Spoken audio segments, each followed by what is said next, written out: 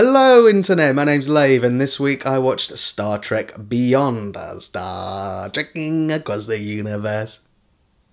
Yeah.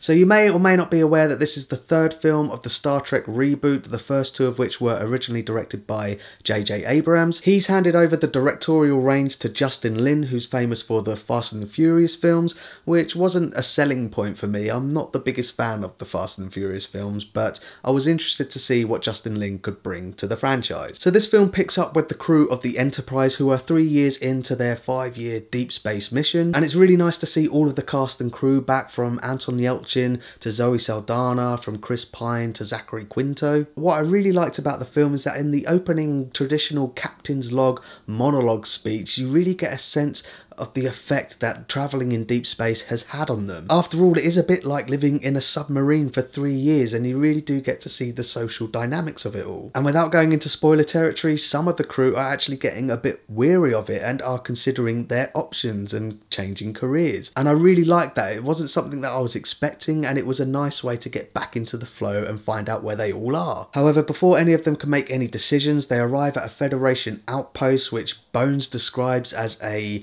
snowflake in space. It really is like a snowflake with all these different branches and buildings coming off of the branches, and it's got its own anti-gravity. Really good design, and I really like the look of it. While they're there, they get given a new mission to rescue a stranded crew on an uncharted planet, and it's when they get there they run into the new villain, Krall, played by Idris Elba, and he absolutely decimates the Enterprise. Seriously, the clips in the trailer don't do it justice. It is a pretty fantastic sequence that lasts for about 15 to 20 minutes. And it was at this point where I really started to notice the different styles between J.J. Abrams and Justin Lin. Now, it was really nice not to have the screen filled up with tons of lens flares. However, on the flip side, and despite the fact that Lin is known as an action director, I thought some of the shots weren't as well composed as they might have been with J.J. Abrams. There were a couple of occasions where I just completely lost what was going on and wasn't sure what I was looking at. Now, you could argue that it was done deliberately to make it feel a bit more frantic, but I would argue against that. But overall, it is a fantastic, exciting sequence, and again, the Enterprise is destroyed. So the crew themselves get stranded on the planet and separated from each other, and it reinforces the underlying message of this film, and that message is that they are better together as a crew and as a family, and I really bought into it, and a lot of the credit has to go to the writers. Despite the fact that they are separated, they all get their chance to shine, particularly Bones and Spock. I probably enjoyed their little story arc the most, and it's at this point that you're introduced to one of the new characters, Jaylah, played by Sofia Boutella. She's a feisty inhabitant who's also desperately trying to escape the planet, and she forms a really good bond with Scotty as well. I really like the way that she calls Scotty Montgomery Scotty. Not only that, she's pretty kick-ass as well, and despite the fact that you only get snippets of her backstory, they do just about enough to make me care about her. And that brings me on to Idris Elba's character, Krall. Now, I did watch a couple of reviews before I went in to see this, and the majority of them said that he was a one-dimensional character until about the third act, when you discover his motivations. And I do agree with that. When you do eventually discover his motivations and why he wants to destroy the Federation,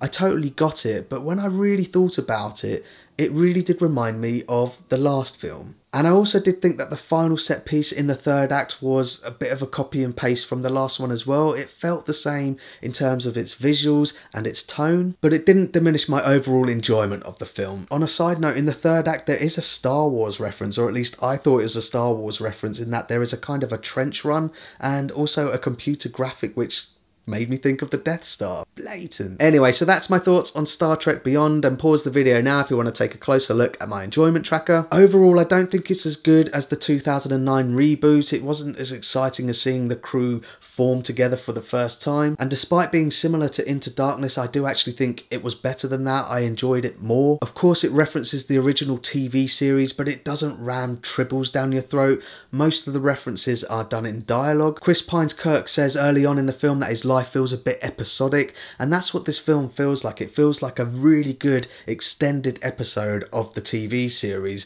except now it forms part of a very solid trilogy. I would be interested to see another one of these, but I'm not sure how they're going to do it now that Anton Yelchin has passed away. There is a nice message for Anton Yelchin in the mid-credit scenes, and also a message for Leonard Nimoy as well, which I thought was a nice touch. Yeah, so sad. But thanks very much for watching. If you liked the video, like it. If you didn't like it, dislike it. Either way, tell me in the comments. Star Trek.